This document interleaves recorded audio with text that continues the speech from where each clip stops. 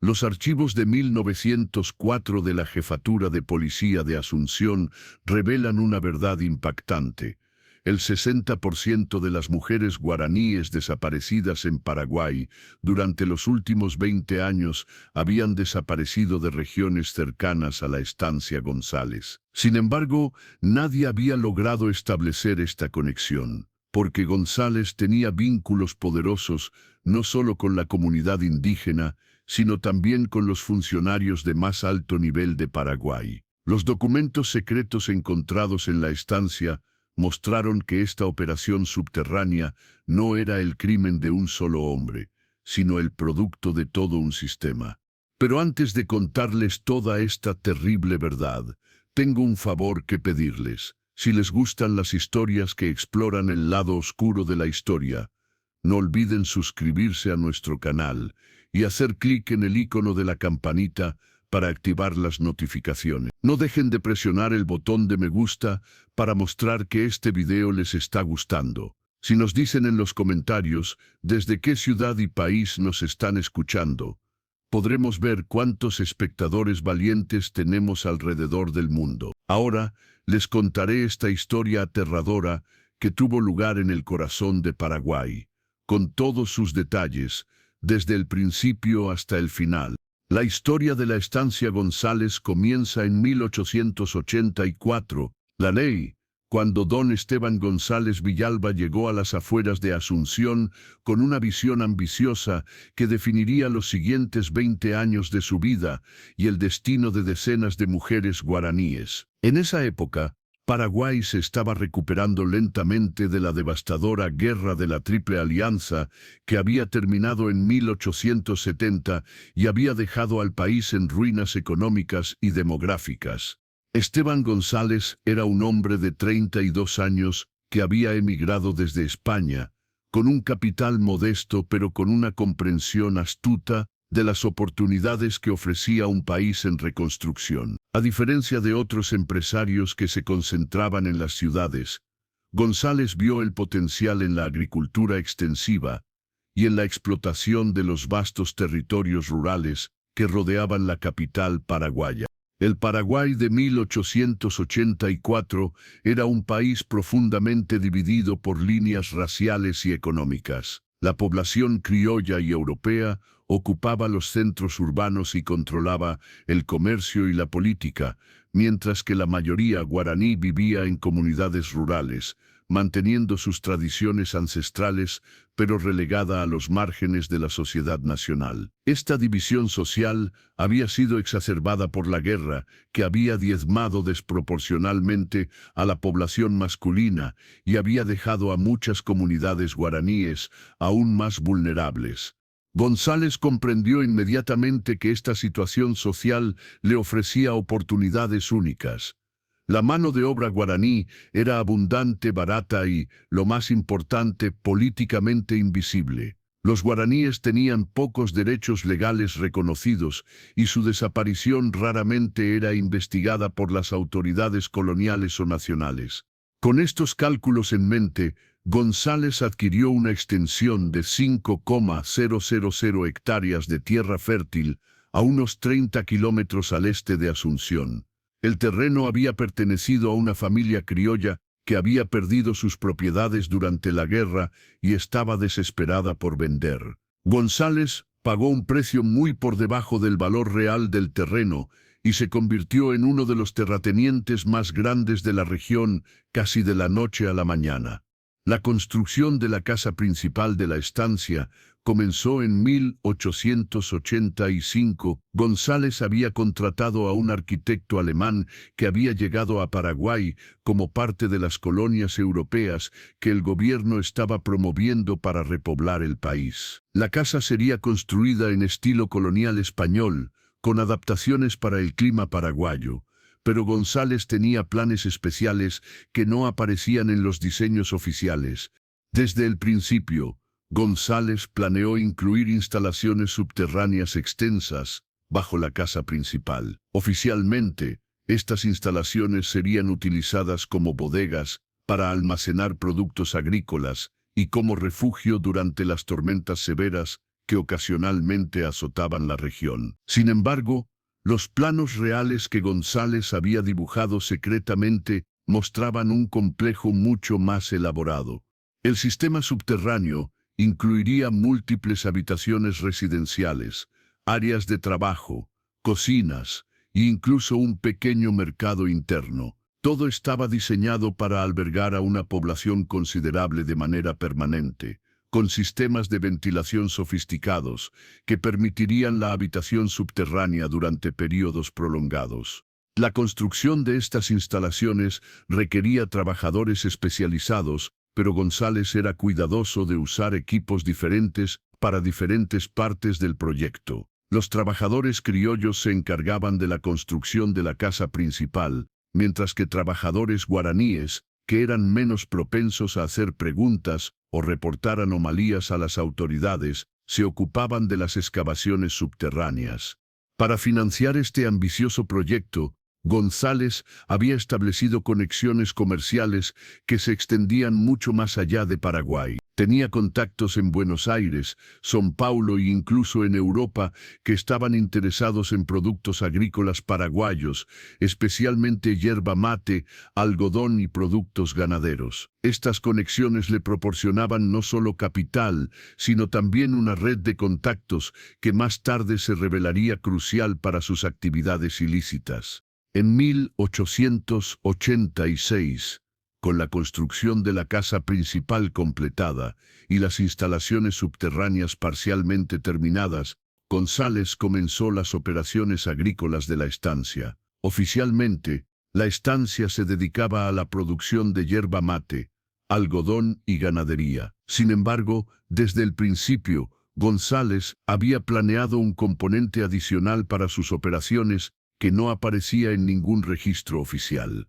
El primer indicio de que algo inusual ocurría en la estancia González surgió en 1887, cuando las comunidades guaraníes, en un radio de 50 kilómetros alrededor de la estancia, comenzaron a reportar desapariciones de mujeres jóvenes. Estas desapariciones seguían un patrón. Las mujeres desaparecían después de ser contactadas por intermediarios que ofrecían trabajo bien remunerado en una estancia próspera donde podrían ganar dinero para enviar a sus familias. Catalina Jegua fue una de las primeras víctimas documentadas.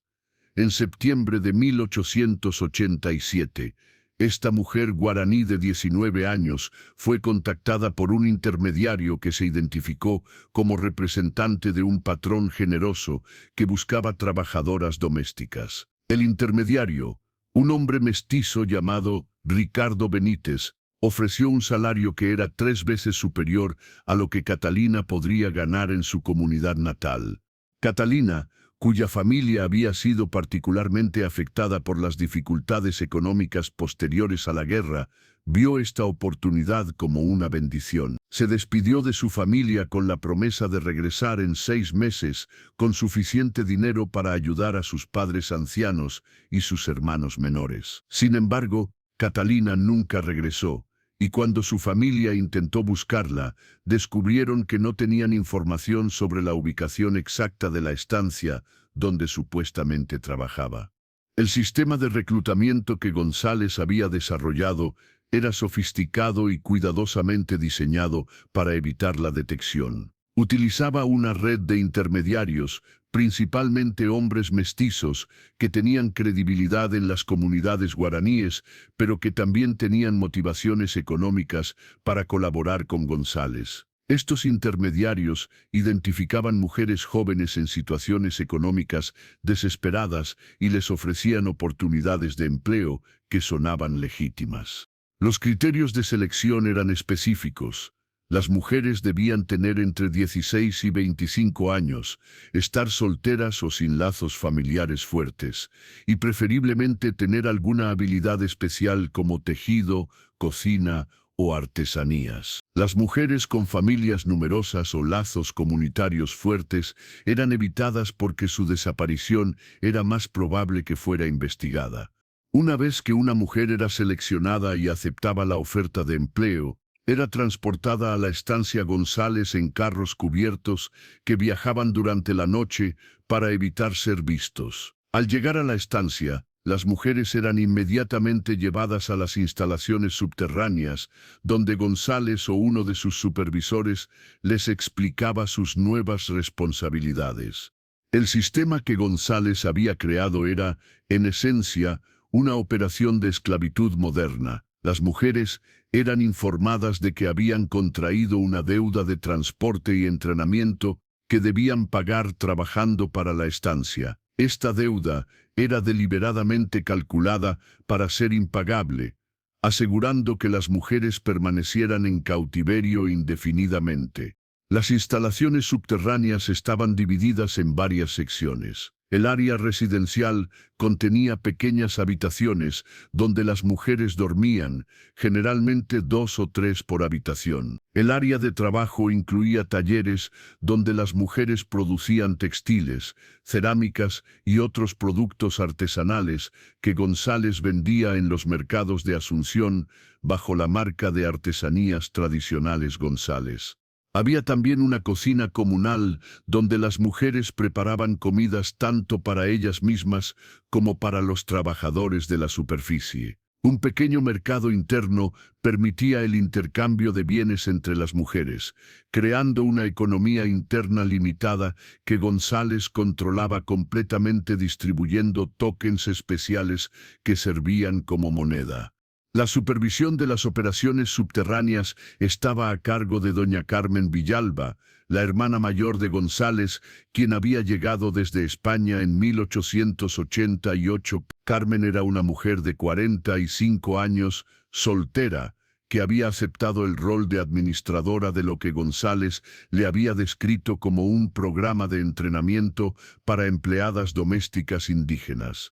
Carmen, que inicialmente había creído la versión oficial de González sobre el propósito de las instalaciones, gradualmente se dio cuenta de la verdadera naturaleza de la operación. Sin embargo, para entonces había estado involucrada durante tanto tiempo que se sintió cómplice y temía las consecuencias legales si la operación fuera expuesta. Decidió continuar en su rol, racionalizando su participación como una forma de al menos asegurar que las mujeres fueran tratadas humanamente dentro de las circunstancias.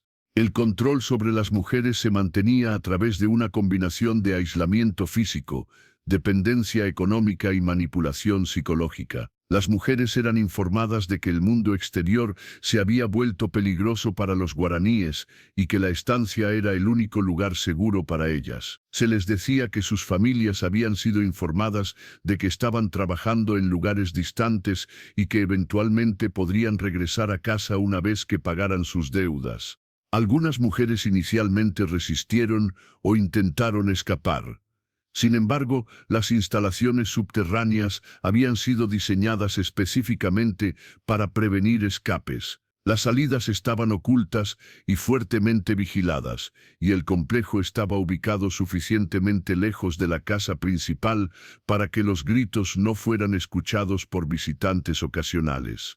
Para 1890 Matters, la operación había crecido hasta incluir 23 mujeres guaraníes de diferentes comunidades alrededor de Asunción. González había perfeccionado el sistema hasta el punto de que podía mantener esta población oculta mientras simultáneamente operaba una estancia agrícola aparentemente normal en la superficie. La productividad de la estancia era notable, tanto en términos de productos agrícolas como de artesanías. Los textiles y cerámicas producidos por las mujeres subterráneas se vendían en Asunción como productos auténticos guaraníes, comandando precios premium debido a su calidad y autenticidad percibida. González había desarrollado una marca comercial exitosa basada en la explotación oculta de las mujeres que mantenía cautivas. Los productos agrícolas también prosperaban, en parte debido al trabajo adicional proporcionado por las mujeres durante las épocas de cosecha, cuando eran traídas a la superficie durante las horas nocturnas para ayudar con la recolección. Este trabajo nocturno se realizaba bajo estricta supervisión, y las mujeres eran devueltas al subsuelo antes del amanecer. Para mantener la operación en secreto, González había desarrollado relaciones cuidadosas con funcionarios locales y regionales. Proporcionaba productos agrícolas gratuitos a familias de policías y funcionarios gubernamentales. Hacía donaciones a iglesias locales y ocasionalmente ofrecía empleo a parientes de personas influyentes. Estas relaciones creaban una red de deudas de gratitud que proporcionaban protección contra investigaciones demasiado curiosas.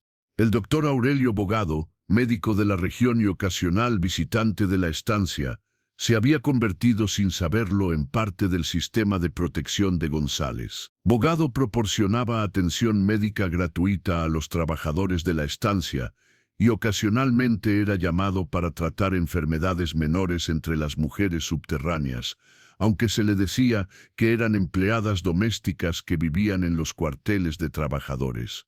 En 1892, la operación enfrentó su primera crisis seria cuando María Feliciana Jara, una de las mujeres que había estado cautiva durante 3 años, logró escapar del complejo subterráneo durante una transferencia nocturna para trabajo agrícola. María había fingido estar enferma y había sido dejada con supervisión mínima cuando encontró una oportunidad para huir. María corrió durante toda la noche a través de los campos hasta llegar a una comunidad guaraní a 15 kilómetros de distancia. Allí contó una historia extraordinaria sobre mujeres mantenidas bajo tierra en la estancia González. Sin embargo, su historia era tan increíble que muchos en la comunidad la consideraron el resultado de trauma psicológico o incluso brujería. Cuando María intentó reportar la situación a las autoridades en Asunción, se encontró con escepticismo y hostilidad. Los funcionarios gubernamentales, muchos de los cuales tenían relaciones positivas con González, consideraron sus alegaciones como fantasías de una mujer traumatizada. Algunos incluso sugirieron que María estaba intentando extorsionar a González con acusaciones falsas. González, alertado sobre el escape de María por sus contactos en la policía, tomó medidas inmediatas para proteger su operación. Temporalmente relocalizó a todas las mujeres subterráneas a una instalación de respaldo que había construido en una propiedad adyacente, y cuando los investigadores finalmente llegaron a inspeccionar la estancia, encontraron solo las instalaciones subterráneas vacías que González explicó como bodegas de almacenamiento agrícola. Después de que la investigación fue archivada por falta de evidencia, González implementó medidas de seguridad adicionales, construyó salidas de emergencia múltiples, instaló sistemas de alerta temprana y estableció protocolos para evacuaciones rápidas en caso de futuras investigaciones. También aumentó la vigilancia sobre las mujeres y implementó castigos más severos para intentos de escape. María Feliciana, desacreditada por las autoridades y temiendo represalias, eventualmente dejó la región y se mudó a una comunidad distante donde vivió en relativo anonimato. Su historia se convirtió en una leyenda local entre las comunidades guaraníes, pero no tuvo impacto en las operaciones de González. Para 1895, la operación había alcanzado una nueva escala de sofisticación. González había expandido las instalaciones subterráneas para acomodar hasta 40 mujeres y había desarrollado un sistema de rotación donde algunas mujeres mayores eran ocasionalmente liberadas y reemplazadas por nuevas adquisiciones. Las mujeres liberadas recibían pequeñas sumas de dinero y amenazas sutiles para asegurar su silencio. El sistema de rotación servía a múltiples propósitos. Primero, reducía el riesgo de que las mujeres desarrollaran planes de escape a largo plazo. Segundo, proporcionaba un mecanismo para deshacerse de mujeres que se habían vuelto problemáticas o menos productivas. Tercero, creaba la ilusión entre las mujeres cautivas de que eventualmente podrían ser liberadas, manteniéndolas más cooperativas. Las mujeres que eran seleccionadas para liberación generalmente habían estado en cautiverio durante al menos 5 años y habían demostrado lealtad absoluta al sistema. Se les daba dinero suficiente para establecerse en comunidades distantes, pero también se les hacía entender que cualquier revelación sobre la operación resultaría en consecuencias terribles tanto para ellas como para sus familias. Durante este periodo, González también había comenzado a diversificar sus operaciones. Había establecido conexiones con operaciones similares en Brasil y Argentina, intercambiando ocasionalmente mujeres a través de fronteras nacionales. Estas transacciones internacionales eran más lucrativas y también hacían más difícil el rastreo de víctimas desaparecidas. La red internacional había surgido a través de contactos comerciales que González había desarrollado durante sus viajes de negocios. Otros terratenientes en la región habían expresado interés en sus métodos de gestión de mano de obra, y González había desarrollado discretamente un sistema de consultoría donde asesoraba a otros en el establecimiento de operaciones similares. Para 1898, Estancia González se había convertido en el centro de lo que era posiblemente la operación de tráfico humano más sofisticada de América del Sur. Sin embargo, el éxito mismo de la operación comenzó a crear riesgos que González no había anticipado completamente. El gran número de mujeres desaparecidas en la región había comenzado a atraer atención no deseada. Un periodista de Buenos Aires, investigando patrones de migración en Paraguay, había notado las estadísticas inusuales de desapariciones en las áreas rurales alrededor de Asunción. Su artículo, publicado en La Nación en 1899, no mencionaba específicamente a González, pero destacaba las alarmantes tasas de desaparición entre mujeres guaraníes jóvenes. El artículo atrajo la atención de reformadores sociales en Argentina y Europa que estaban interesados en los derechos indígenas en América del Sur. Comenzaron a hacer preguntas sobre las condiciones de los guaraníes en Paraguay y a presionar al gobierno paraguayo para que investigara las alegaciones de abuso y explotación. González respondió a esta presión creciente implementando medidas adicionales de precaución. Redujo temporalmente el número de nuevas adquisiciones y se enfocó en perfeccionar los protocolos de seguridad existentes. También utilizó sus conexiones políticas para influir en las investigaciones oficiales, asegurándose de que cualquier investigación fuera superficial y concluyera rápidamente. Al mismo tiempo, González comenzó a explorar la posibilidad de trasladar la operación a una ubicación menos visible. Había adquirido tierras adicionales en regiones más remotas de Paraguay y había comenzado a planificar instalaciones que serían aún más difíciles de detectar y más fáciles de evacuar en caso de emergencia. Sin embargo, el destino de la operación se selló por un factor que González no había previsto: la ambición de uno de sus propios intermediarios. Ricardo Benítez, el hombre mestizo que había reclutado a muchas de las mujeres durante los primeros años de la operación, había comenzado a documentar secretamente sus actividades con la intención de eventualmente chantajear a González. Benítez había creado un archivo detallado que incluía nombres de víctimas, fechas de adquisición, ubicaciones de reclutamiento y testimonios de algunas de las mujeres liberadas que había logrado localizar y entrevistar. Este archivo estaba escondido en su propia casa en Asunción, donde vivía con su esposa y 3 hijos. En diciembre de 1903, Benítez cometió el error fatal de intentar chantajear directamente a González. Había observado que la operación generaba ingresos sustanciales y creía que tenía derecho a una participación mayor en las ganancias. Amenazó con revelar toda la operación a las autoridades, a menos que González le proporcionara una suma sustancial de dinero y una participación permanente en la administración.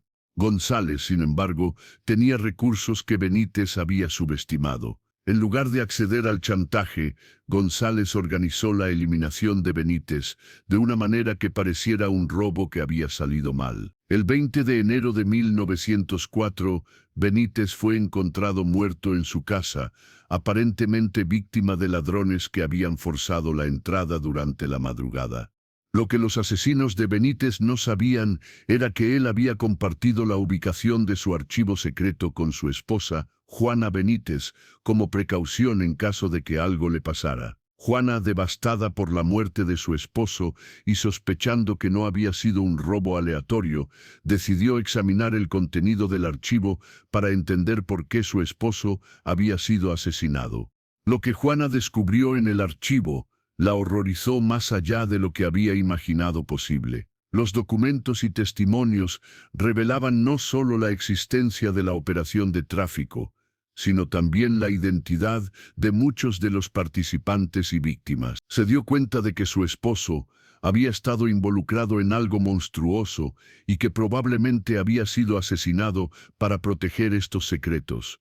Juana se enfrentó a una decisión terrible. Podía intentar utilizar la información para obtener justicia por la muerte de su esposo, pero hacerlo la pondría a ella y a sus hijos en peligro mortal. Alternativamente, podía destruir la evidencia y tratar de seguir con su vida, pero esto significaría que los crímenes documentados nunca serían castigados.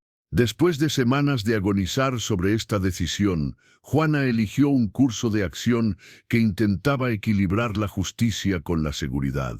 Decidió entregar la evidencia a las autoridades, pero de una manera que le proporcionara cierta protección. Contactó secretamente al capitán José María Escobar de la Policía Nacional, un oficial conocido por su integridad y su dedicación a la justicia.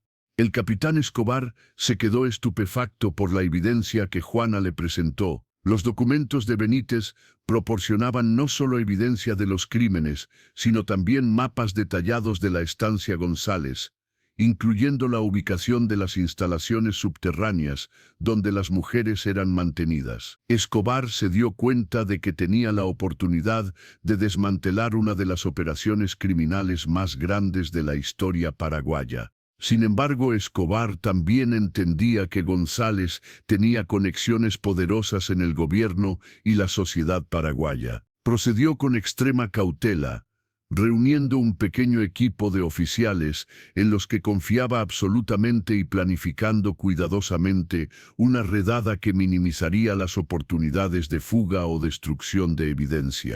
La investigación previa reveló que González tenía conexiones con el ministro del Interior, varios jueces de la Corte Suprema y múltiples comandantes militares regionales. Estos vínculos habían sido cultivados durante años a través de una combinación de sobornos, favores comerciales y relaciones sociales. Escobar entendió que tendría que actuar rápidamente antes de que sus planes fueran descubiertos y comunicados a González.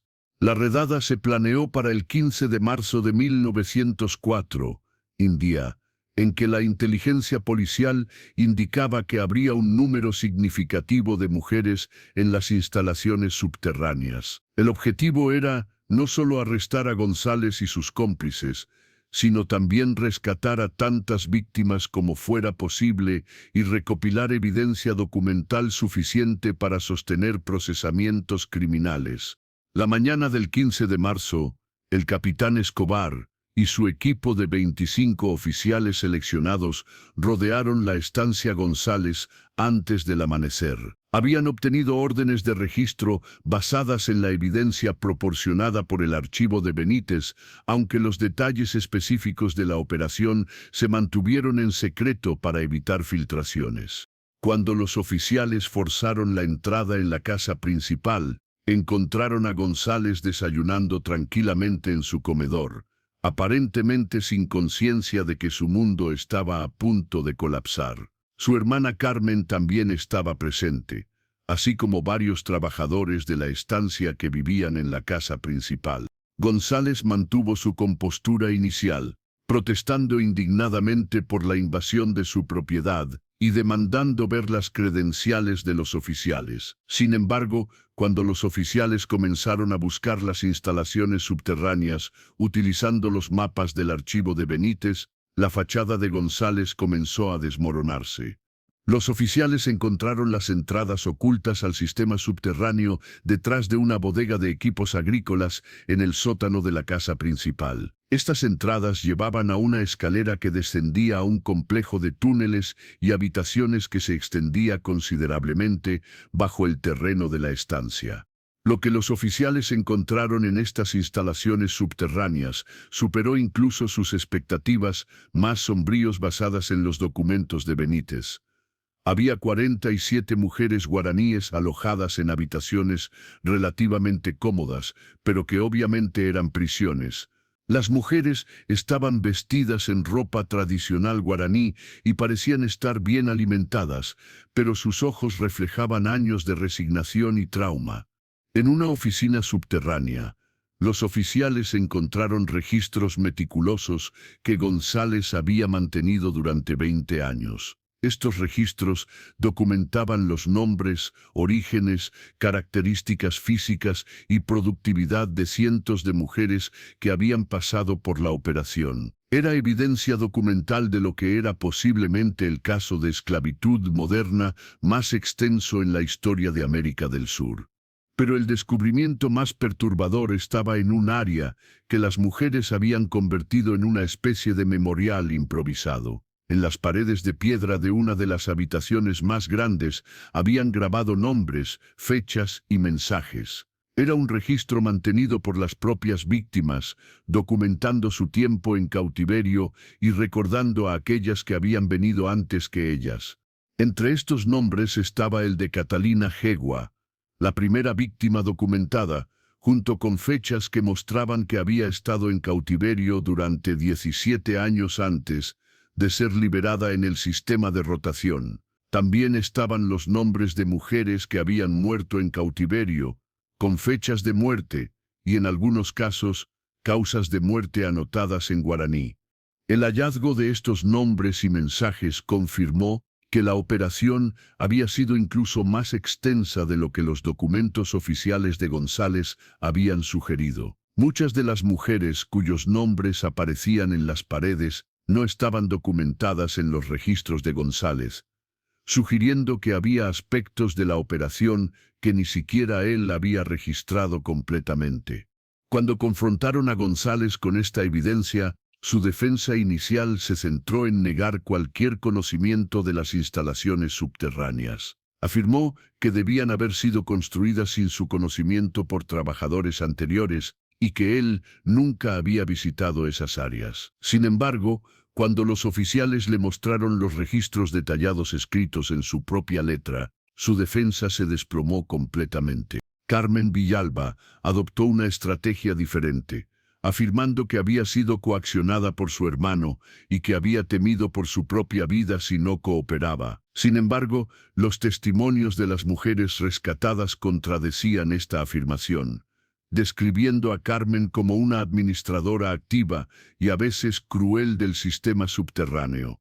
Durante los interrogatorios que siguieron al arresto, emergió la verdadera magnitud de la operación. González reveló, en un intento de obtener clemencia, que había operaciones similares en al menos 3 ubicaciones adicionales en Paraguay, así como conexiones con operaciones en Brasil y Argentina. La estancia González había sido solo el centro de una red regional de tráfico humano. Los nombres de los cómplices y facilitadores, cuando fueron revelados durante la investigación, causaron uno de los mayores escándalos políticos en la historia paraguaya. La lista incluía funcionarios gubernamentales de alto nivel, oficiales militares, jueces y varios miembros de familias prominentes que habían proporcionado protección política a cambio de beneficios económicos. Las 47 mujeres rescatadas de la estancia presentaban un desafío complejo para las autoridades. Muchas habían estado en cautiverio durante una década o más y habían sido severamente traumatizadas por sus experiencias. Algunas habían dado a luz hijos durante su cautiverio, y estos niños nunca habían visto el mundo exterior. El proceso de reunificación con las familias fue complicado por el hecho de que muchas familias habían asumido que sus hijas estaban muertas después de años sin noticias. Algunas mujeres ya no hablaban español con fluidez después de años de usar solo guaraní, mientras que otras habían desarrollado problemas psicológicos que requerían tratamiento especializado. Catalina Jegua, la primera víctima conocida, había sido liberada en el sistema de rotación varios años antes y estaba viviendo en una comunidad remota bajo un nombre diferente. Cuando fue localizada por las autoridades, inicialmente negó cualquier conocimiento de la estancia González, temiendo represalias. Solo después de que se le aseguró que González había sido arrestado, aceptó proporcionar testimonio sobre sus experiencias. El juicio de Esteban González comenzó en septiembre de 1904 y se convirtió en uno de los casos legales más seguidos en la historia paraguaya. El tribunal tuvo que ser trasladado a un edificio más grande para acomodar a los cientos de espectadores que querían presenciar el procedimiento, incluyendo representantes de gobiernos extranjeros y organizaciones de derechos humanos.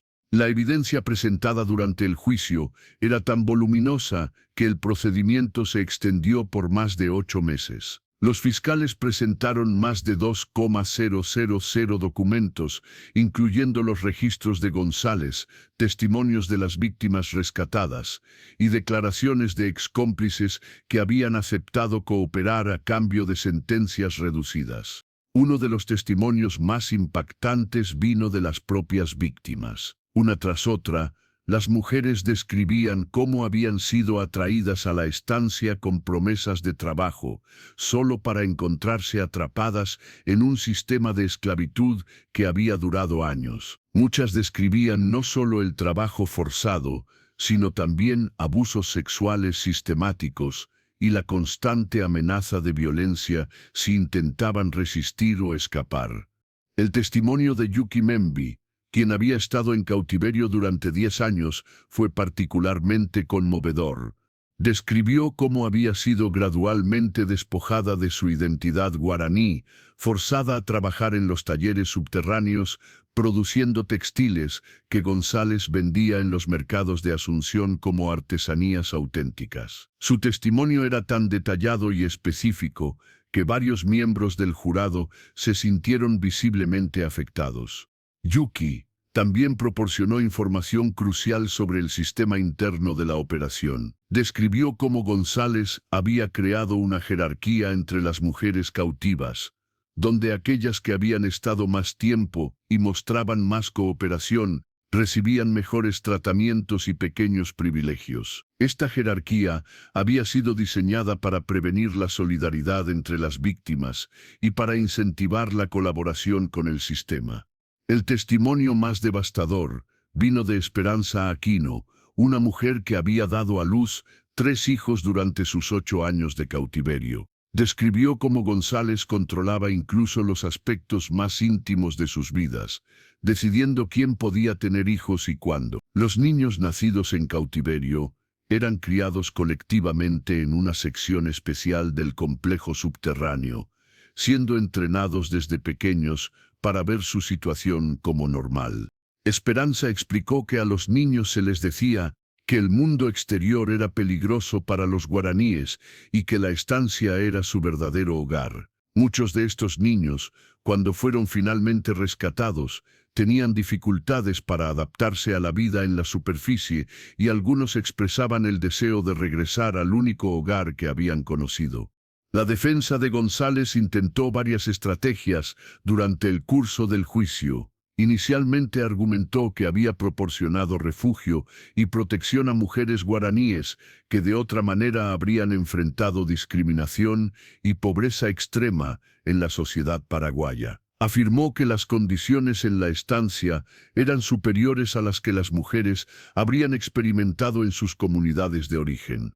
Esta estrategia falló cuando los fiscales demostraron que las mujeres habían sido mantenidas contra su voluntad y que habían sido sistemáticamente explotadas para beneficio económico de González. La evidencia documental mostraba claramente que González había calculado meticulosamente los ingresos generados por el trabajo de cada mujer y había mantenido registros detallados de productividad. La defensa entonces cambió a argumentar que González había sido víctima de las circunstancias sociales de la época. Afirmaron que la esclavitud y la servidumbre eran prácticas comunes en Paraguay y que González simplemente había operado dentro de las normas sociales aceptadas. Este argumento también fue demolido cuando los fiscales demostraron que la esclavitud había sido oficialmente abolida en Paraguay y que las acciones de González constituían crímenes claros bajo la ley paraguaya.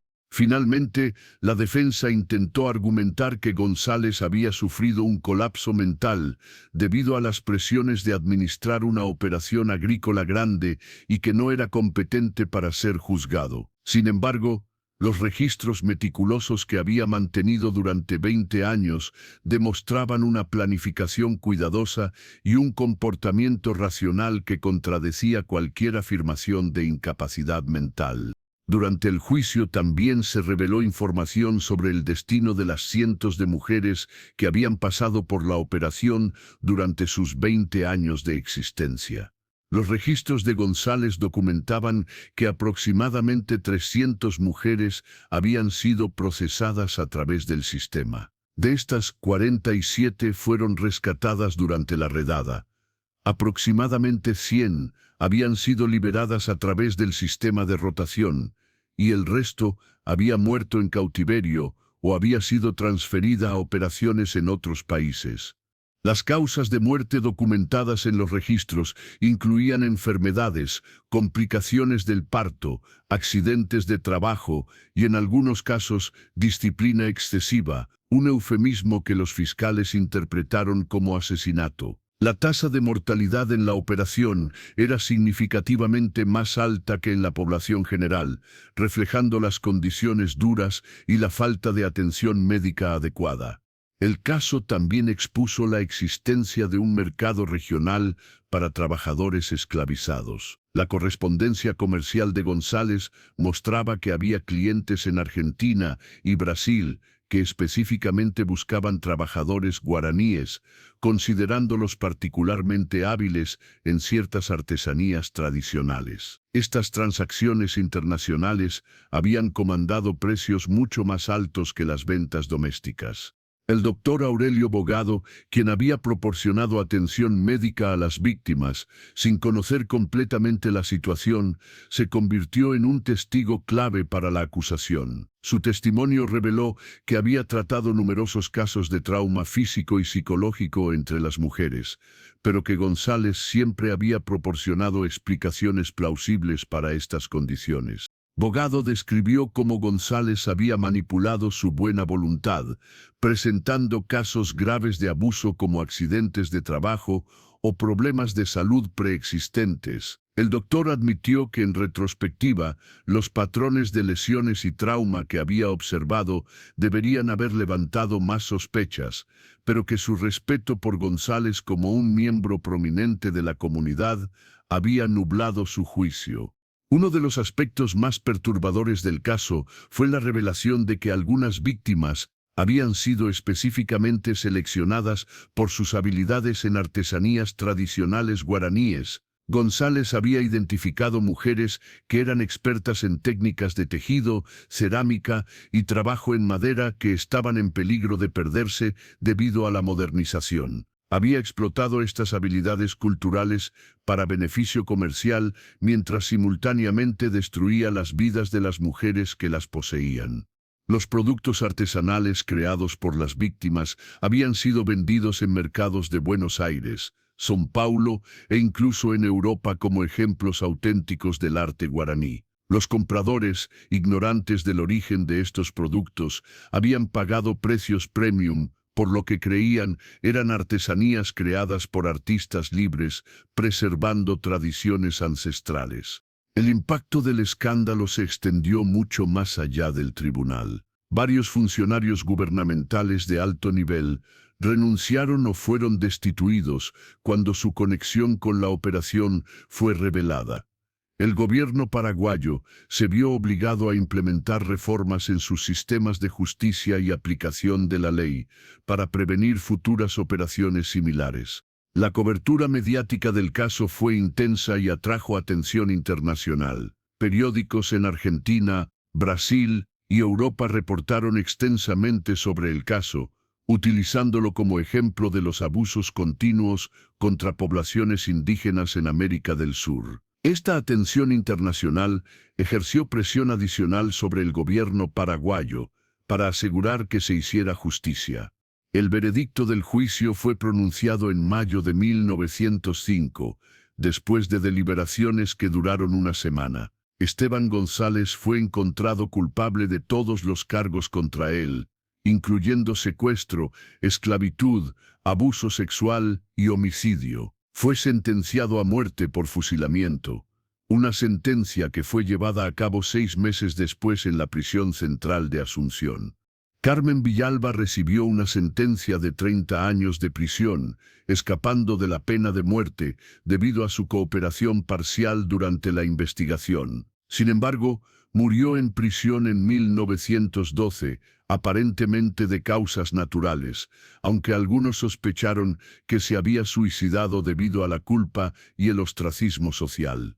Los intermediarios y facilitadores recibieron sentencias variadas dependiendo de su nivel de participación. Varios funcionarios gubernamentales que habían proporcionado protección fueron sentenciados a términos de prisión y perdieron permanentemente sus posiciones. Algunos lograron huir del país antes de ser arrestados y nunca fueron extraditados. El destino de la estancia González misma se convirtió en una cuestión controvertida. Inicialmente fue confiscada por el gobierno como evidencia, pero después del juicio surgió la pregunta de qué hacer con la propiedad. Las víctimas y sus familias argumentaron que tenían derecho a compensación de los activos de González, mientras que el gobierno quería utilizarla para programas sociales. Finalmente, en 1906, la estancia fue convertida en una escuela agrícola para jóvenes guaraníes, con un enfoque especial en preservar las técnicas tradicionales de artesanía que habían sido explotadas por González. Las instalaciones subterráneas fueron selladas permanentemente y convertidas en un memorial para las víctimas. La investigación posterior al juicio reveló que la operación de González había sido solo la más grande de varias operaciones similares que habían estado funcionando en Paraguay y países vecinos durante el mismo periodo. Los métodos desarrollados por González habían sido copiados por otros empresarios criminales, creando una red de tráfico humano que se extendía por gran parte del Cono Sur. Las autoridades pasaron varios años más identificando y cerrando estas operaciones secundarias. Sin embargo, muchas nunca fueron completamente desmanteladas, y algunas simplemente se trasladaron a regiones más remotas donde la supervisión gubernamental era aún más limitada. El caso también llevó a cambios significativos en las leyes paraguayas relacionadas con los derechos indígenas y la protección de trabajadores. Se establecieron nuevas regulaciones que requerían licencias para operaciones agrícolas grandes, inspecciones regulares de estancias y procedimientos específicos para investigar denuncias de personas desaparecidas de comunidades indígenas. El impacto en las familias de las víctimas fue duradero y complejo, mientras que algunas familias lograron reunirse exitosamente con sus hijas rescatadas, otras encontraron que los años de separación y trauma habían creado brechas irreparables. Muchas de las víctimas lucharon con problemas de adaptación durante años después de su liberación. Catalina Jeguá, la primera víctima documentada, dedicó el resto de su vida a ayudar a otras mujeres guaraníes que habían sido víctimas de operaciones similares. Estableció una organización que proporcionaba apoyo emocional y asistencia práctica para la reintegración en sus comunidades. Su trabajo ayudó a docenas de mujeres y estableció precedentes para la advocacia de víctimas que continuaron durante décadas. La historia de la estancia González se convirtió en parte del folclore paraguayo, especialmente entre las comunidades guaraníes. Durante décadas, las madres usaban la historia para advertir a sus hijas sobre los peligros de aceptar ofertas de empleo de extraños, sin importar cuán prometedoras parecieran. En términos más amplios, el caso ilustró las profundas desigualdades raciales y económicas que caracterizaban a Paraguay en el cambio de siglo. La vulnerabilidad de las comunidades guaraníes había sido explotada sistemáticamente, mientras que la impunidad de los perpetradores había sido protegida por conexiones de clase y raza.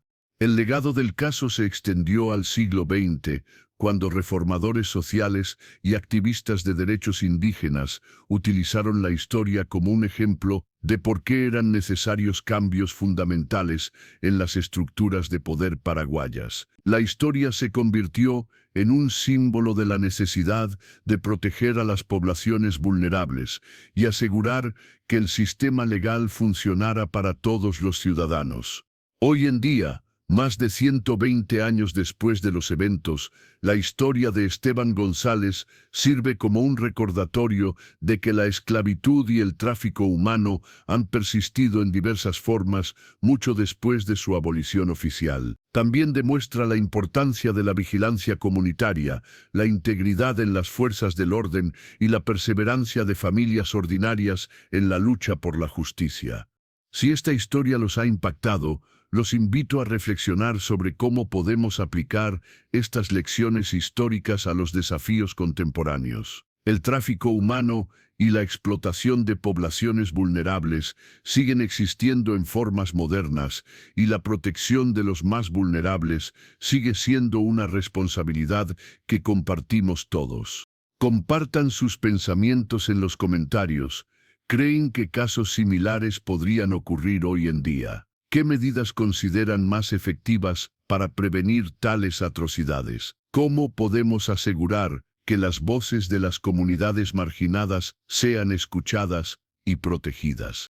No olviden indicar desde qué ciudad nos están viendo, y si esta historia les pareció importante, denle me gusta y compártanla para ayudar a educar a otros sobre estos eventos históricos cruciales que a menudo son olvidados. Suscríbanse a nuestro canal para más historias que exploran los aspectos menos conocidos de nuestro pasado, porque entender la historia es fundamental para construir un futuro más justo para todos.